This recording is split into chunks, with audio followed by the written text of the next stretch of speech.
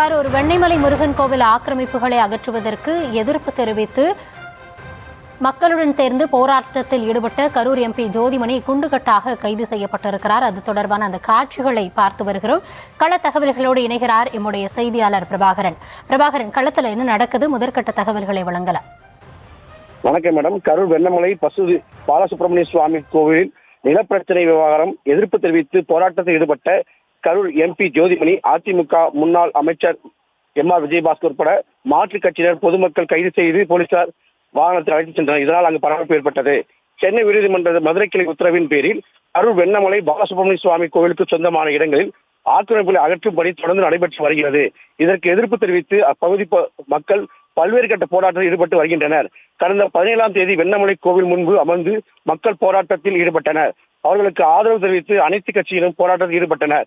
இந்த நிலையில் அறநிலைத்துறை இணை ஆணையர் ரமணிகாந்தன் தலைமையிலான அதிகாரிகள் கோவில் நிலத்தில் உள்ள கண்ணம்மா என்பவர் வீடு மற்றும் 62 கடைகள், ஒரு செல்போன் டவர் ஆகிய இடங்களில் போலீஸ் பாதுகாப்புடன் அகற்ற திட்டமிட்டிருந்தனர்.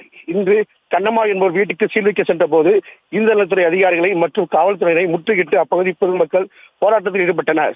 அப்பொழுது ஒரே குடும்பத்தைச் சேர்ந்த 3 நபர்கள் மண்ணெண்ணெய் விட்டு தீக்குள்ளமிட்டதால் பரபரப்பு ஏற்பட்டது.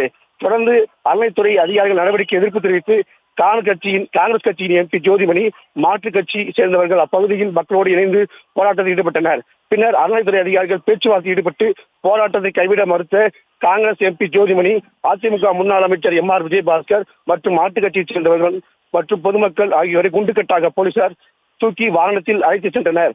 போலீசார் பாதுகாப்பு பணியில் கரூர் மாவட்டம் மட்டுமின்றி திருச்சி, அரியலூர், புதுக்கோட்டை மாவட்டத்தைச் சேர்ந்த போலீசார் தற்போது வரவழைக்கப்பட்டுள்ளனர். மேலும் தற்போது கரூர் மதுரை சேலம் தேசிய நெடுஞ்சாலையில் அப்பகுதி பொதுமக்கள் சாலை மறியலில் ஈடுபட்டதால் பரபரப்பு ஏற்பட்டுள்ளது. தகவல்களுக்கு நன்றி பிரபாகரன்.